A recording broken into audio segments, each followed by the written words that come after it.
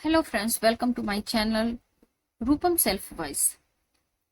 आज की कहानी वृद्ध महिला।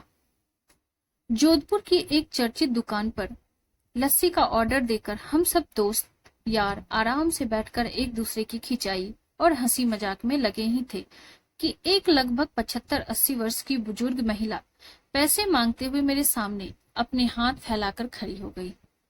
उनकी कमर झुकी हुई थी, चेहरे की झुर्रियों में भूख तैर रही थी, नेत्र भीतर को धंसे हुए किंतु सजल थे।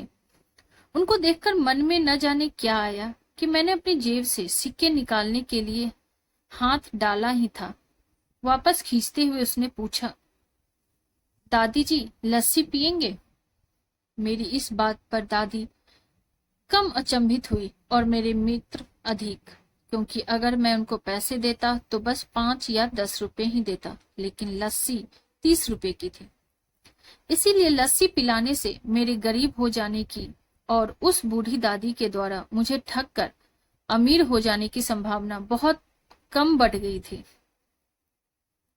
दादी ने सकुचाते हुए हामी भरी और अपने पास जो मांग कर जमा किए हुए 6-7 रुपए थे वे अपने कांपते हाथों से मेरी ओर बढ़ाए।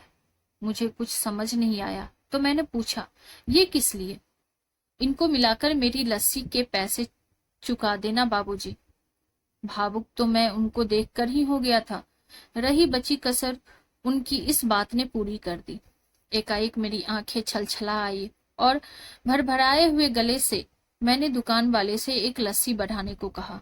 उसने अपने पैसे वापस मुट्ठी में बंद कर लिए और पास ही जमीन पर बैठ गई। अब मुझे अपनी लाचारी का अनुभव हुआ, क्योंकि मैं वहां पर मौजूद दुकानदार, अपने दोस्तों और कई अन्य ग्राहकों की वजह से उनको कुर्सी पर बैठने के लिए नहीं कह सका। डर था कि कहीं कोई टोक न दे, कहीं किसी को एक भीख मांगने वाली बूढ़ी महिला के उनके बराबर में बिठाए जाने पर आपत्ति न हो जाए। लेकिन वो कुर्सी जिस पर मैं बैठा था मुझे काट रही थी। लस्सी कुल्लरों में भरकर हम सब मित्रों और बूढ़ी दादी के हाथों में आते ही मैं अपना कुल्लर पकड़कर दादी के पास ही जमीन पर बैठ गया, क्योंकि ऐसा करने के लिए तो मैं स्वतंत्र था। इससे किसी को आपत्ति नहीं हो सकती थी।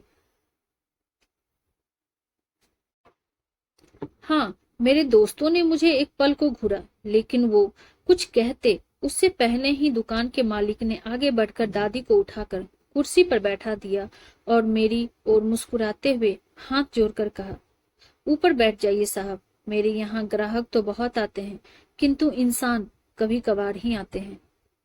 अब सबके हाथों में लस्सी के कुल्हड़ और होठों पर सहज मुस्कुराहट थी। बस एक वो दादी ही थी जिनकी आंखों में तृप्ति के आंसू थे, होठों पर मलाई के कुछ अंश और दिल में सैकड़ों दुआएं थी। न जाने क्यों जब कभी हमें 10-20 रुपए किसी भूखे गरीब को देने या उस पर खर्च करने होते हैं तो हमें बहुत ज्यादा लगने लगता है। लेकिन सोचिए, क्या वो चंद रुपए किसी के मन को तृप्त करने से अधिक कीमती है? दोस्तों, हमारी ये कहानी आपको कैसी लगी कमेंट बॉक्स में जरूर बताइए। कहानी अच्छी लगी हो तो लाइक, शेयर और चैनल को सब्सक्राइब कर दीजिए। Thank you.